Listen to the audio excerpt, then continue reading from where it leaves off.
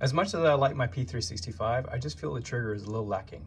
My buddy over at Dual Hammer Industries really recommends the Armory Craft P365 Ultimate Spring Set.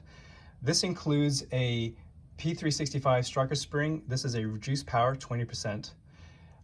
The striker block spring, which is a minus 25%. The Sear spring, which is a minus 25%.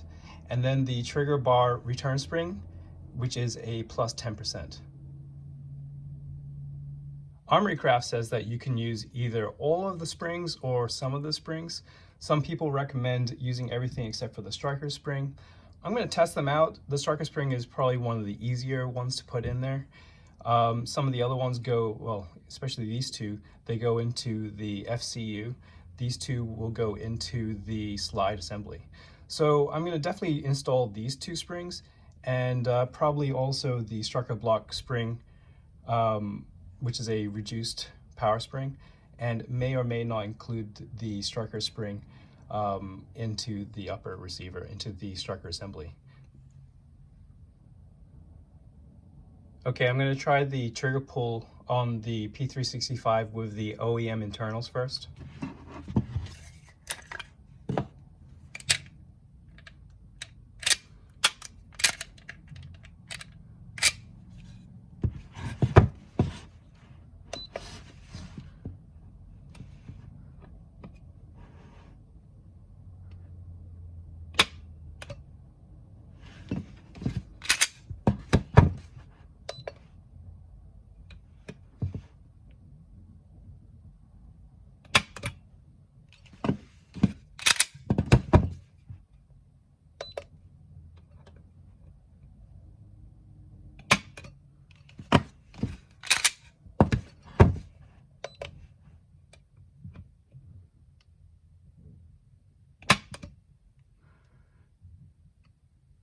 And the average.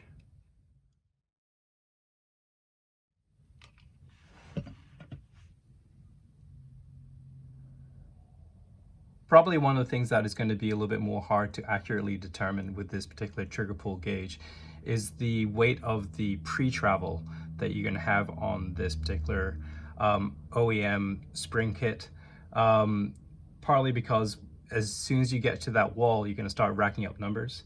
But we will try it right here, right now.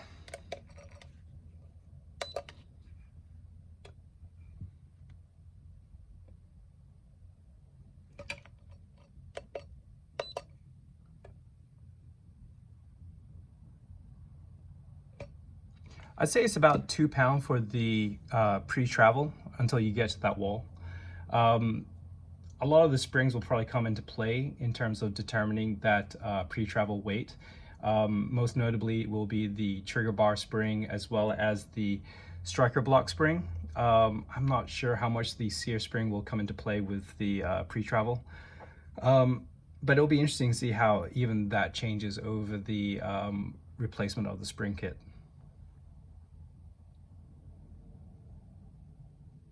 All right, about 45 minutes later, I have replaced all these OEM springs with the upgraded Armory Craft springs. I actually replaced all 4 springs. It's pretty straightforward. SigGuy has a really good YouTube channel, which is extremely informative and actually goes through the replacement process for every single one of these springs. So that was a huge help. Thanks, SigGuy. One thing, well, actually a couple things that I noted that were different in my FCU versus the one on SigGuy's. The first that I noticed was the Sear and the Sear spring.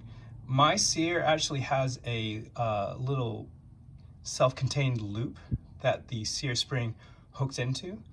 That actually allowed me to sort of basically tether the two together and then slide it into my FCU. It made it a lot easier. In his video, he basically shows you installing the Sear first and then trying to hook the Sear spring underneath that and then sort of assemble the whole thing together. I was able to sort of basically contain the two together because of that, that loop the spring basically hooks into, and then that just allows me to slide the two of them together into the assembly.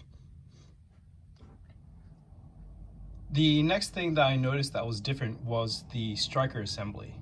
My striker assembly is the newer style striker assembly, so it's got that pretty annoying sort of plastic piece that you need to push into the center of the channel and then push down. That tends to get mangled after a while. This was my first doing with this particular one, so it wasn't mangled at all, and hopefully I didn't deform it too much. I think it should be okay. What I did notice was that in his video, he has inside of the plastic striker assembly, there is a short spring. This one did not have it. It would not surprise me at all if SIG removed that spring. They tend to go through a lot of rolling changes, and that was one that seemed absent for whatever reason. Now we're going to test the trigger pull for the new Armory Craft Ultimate Spring Tuning Kit.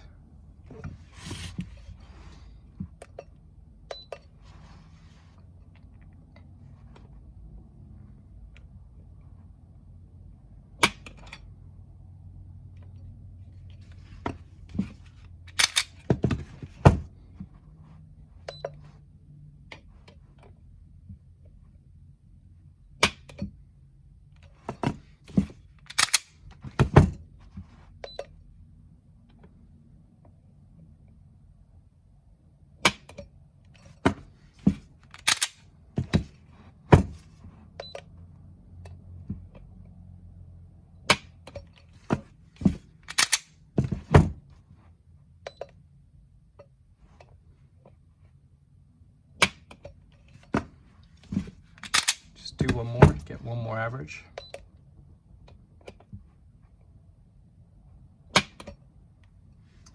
All right, so my average is 3 pounds, 11 ounces. That is a significant drop from where it was before. So the total change in trigger pull poundage is probably about 1 pound.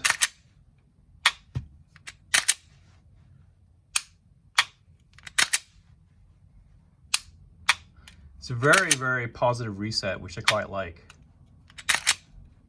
It's kind of taken all the sponginess out of the reset. The take up doesn't really feel any different. It's a very, very minor modification. Whether or not it's worth it to you is going to be very subjective. It's all personal preference. But for the most part, it just feels like a slightly better, slightly more tuned trigger. But in terms of what I experienced, it wasn't too hard to install, and the poundage was just lightened just ever so slightly. I quite like it, not bad.